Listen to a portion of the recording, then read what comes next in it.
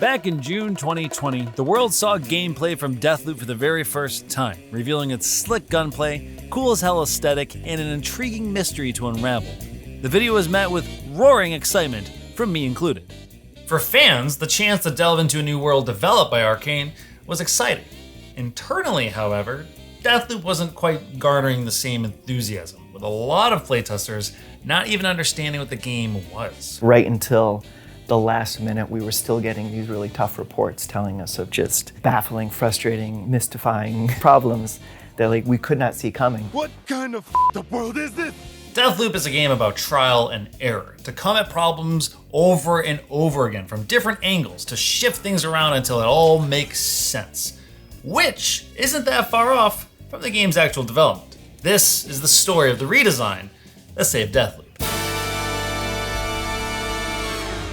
Our story starts with Dana Nightingale, one of Arkane Lyon's lead designers and the campaign director for Deathloop. The simplest way to put it is I have to take care of the game's critical path. So I am responsible for the player's main experience from the moment they press start until the credits roll. You may not know her by name, but if you play an Arkane game, especially Dishonored 2, then you definitely know her work. You have her to thank for the iconic and mind-boggling Clockwork Mansion mission.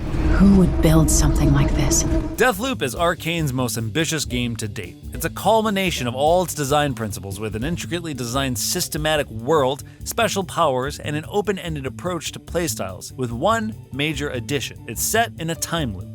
And for the player, breaking that time loop involves a game-long puzzle to piece together and solve. You play as Cult, an amnesiac trapped in a day-long time loop on a mysterious island called Black Reef, which is run by 8 eccentric villains known as Visionaries. Cult is being hunted and killed over and over again by someone named Juliana. The objective of the game? Kill all 8 Visionaries in a single day to break the loop. Now that's an extremely simplified explanation, but accompany that with a massive island to explore, puzzles and investigation abilities, loads of characters and different times of day, and it can be a lot to convey to a player. But for Dana, that was kind of the intention, to just drop the player into this world with little guidance and just have them figure it out. There's an edge piece. We finally had the moment where the full campaign had come together and we're ready to say, okay, players, consultants, user research experts, play the game from start to finish and tell us what you think. And it was pretty dire. It was rough. In August 2020, only a few months after the game's gameplay reveal, Arkane shipped off an alpha build to its user research team, and feedback was, well, far from good. No one understood it. Like any of it. They didn't understand why Juliana was hunting them, let alone if she was a friend or foe. They didn't understand that killing the Visionaries broke the loop. It was unclear how gear worked and how to keep it between loops, and some players couldn't even decipher they were in a loop at all. One of the core elements to Dana's design was to give the player freedom to figure everything out themselves, but the lack of guidance was leaving players lost. We thought we were going to be redesigning the beginning of the game to teach the player how to play the game. And then after that had actually achieved all of its goals, it still wasn't enough. And we had to go in and kind of restructure the whole shape of the game after that to be something that was actually comprehensible. Here is a high-level look at how the game works. Black Reef is split into 4 major areas in which the player can explore at 4 different times of day: morning, noon, afternoon, and evening. Going from one of the 4 major areas to another will trigger the time of day to progress, meaning the player cannot visit multiple areas within the same time of day in a single loop. The 8 Visionaries the player has to kill are spread out through the 4 areas at the 4 different times of day. So if the player can only visit 4 areas in a single loop, but needs to kill all 8 in a single run, that's where the game's murder puzzle comes in, the crux of the entire thing. Through investigation, the player has to figure out alternate methods to eliminate the Visionaries in a single loop, the golden loop as Dana refers to it, the end game. If that seems like a lot to take in, well, that was kind of the issue. A huge amount of information was just being tossed at the players and none of it was sinking in. So for Dana, it was back to the drawing board, with the only solution being something that went against her own design principles: a guided tour, a linear path in which the player's hands were lightly held through all of its moving parts and pieces. I was initially resistant to the idea of making this change because I really loved how nonlinear the game was, and I didn't want to I didn't want to give an inch on that thing where it's like, okay, we introduce you to this world and we say, go wherever we want, do whatever you want. Being lost and confused is fun because of the serotonin hit of getting the answer. But the game we had made was a game where the player had no idea when that eureka moment was coming. At that point in the game, the way we had designed it is, the thing to do next is to go out in the world with no idea what you're gonna find and just stumble upon something. For some players, that's absolutely satisfying. And for me, that's absolutely satisfying. I've played games that work that way and I've loved them. But in this case, it wasn't quite working. So what better solution than creating a literal document in the game that explains the loop to the players, called the Loop Preservation Protocol. This doc would explain everything, and in order to get the doc, the player would have to experience the loop and all the mechanics with it, a very cleverly disguised tutorial area. Dana put the doc in a safe that the player must find the code for. The player is tasked with finding the safe in the morning, doing some investigation midday, retrieving the code in the afternoon, and returning to the safe in the evening, only to discover that the safe had been broken into and that the important document was stolen. This means that the player has no option but to experience the loop all over again, but this time armed with the knowledge of the safe code, so they can just go there first thing in the morning and open it. Bam!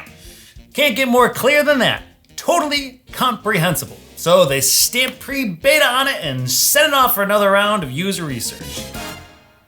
And the results weren't good. First, the good news. Players now understood the time loop and that all 8 visionaries needed to be killed in a single day to break the loop. Perfect. But the bad news was that a lot of players weren't even finishing the guided tour. Many of them would just wander aimlessly, unsure what to do next, and they still didn't understand how to keep their gear. So, it was back to the drawing board. This time, they were going to add exit markers to signify to the player when they were done with their mission and to move on. Next, they were going to make investigation priority over combat to instill to the player that finding clues and leads was the key to piecing together the murder puzzle, and thus acting out the golden loop. And lastly, they were going to make killing one of the visionaries at the end of the loop mandatory, which would in turn explain how to keep powers and gear between loops, stamp beta on it, and ship it off. The good news is that players are actually finishing and understanding the guided tour.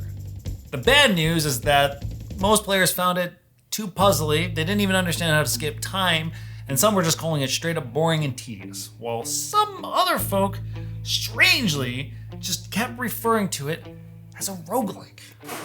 This time, Dana was going to spell it out, literally. They decided to put in UI tutorials. They filled the menu with pop-ups explaining every part of it. This button passes time, this button chooses where to go, this teaches you how to keep your gear, and so on and so on. There was no room for misinterpretation. That was it.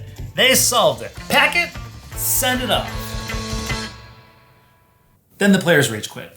Right until the last minute, we were still getting these really tough reports telling us of just baffling, frustrating, mystifying problems that we could not see coming. Players understood the game and all its inner workings, but instead they were now getting stuck on a difficulty spike from a visionary fight.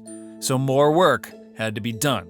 However, there was another looming problem for Dana. By this time, the game had, for Dana and the team's benefit, been delayed later into 2021. But even still, time was running out. The budget had hit its peak, and crunch was not an option. With no more time left for user research and only 2 weeks left to submit the final build, Dana had to get very, very clever. So instead of redesigning it altogether, she simply proposed a rearrangement of things. Something like 150 things. So she sat down with the executive producer and laid it all out. There was no room for confusion, no margin of error. It was we're going to take this pickup and we're going to move it to these coordinates. We're going to take this line of text and move it from this document to that document. We're going to take this piece of logic and instead of it triggering this, it's going to trigger that. I didn't have anything we're going to redesign that. Nothing like that. It was the exact specific thing that we were going to change. And it was global. It was, like I said, it was like 150 tasks overall. Dana had all the pieces in front of her. They just had to be rearranged in a way that could make the bigger picture easier to see. And much like the mystery of the game, it takes picking up pieces one at a time and fitting them in with others until you have the full scope of what's happening. But it's like, okay, we're going to make this quest line start here, and that affects these 18 other things. And I had to, like, in detail list them all. And it was true. Like, the list of tasks I wrote, that was it. And it was done. The time came to submit the game for its street date, and there was no turning back. Whatever game they shipped, that was it. There isn't going to be a second chance. No one is going to come back with notes on this and say, hey, here's how to improve it. You've read so many user research reports by now. Try to think how they think and combine that with your experience and instincts. And then filter that through what's possible in 2 weeks, and then just jump. Ironically, the process of redesigning Deathloop was much like the puzzle players and Cult were facing in-game, and the final pieces only fell into place just days before the game was officially released. And when it was finally released, well, in the beginning, Dana wanted to create something that embraced her principles of giving absolute freedom to the player, to reward them with their own sense of discovery by giving them, essentially, nothing. In the end, however, she needed to loosen her grip and strike a balance by incorporating things like a guided tour or UI tutorials and so on.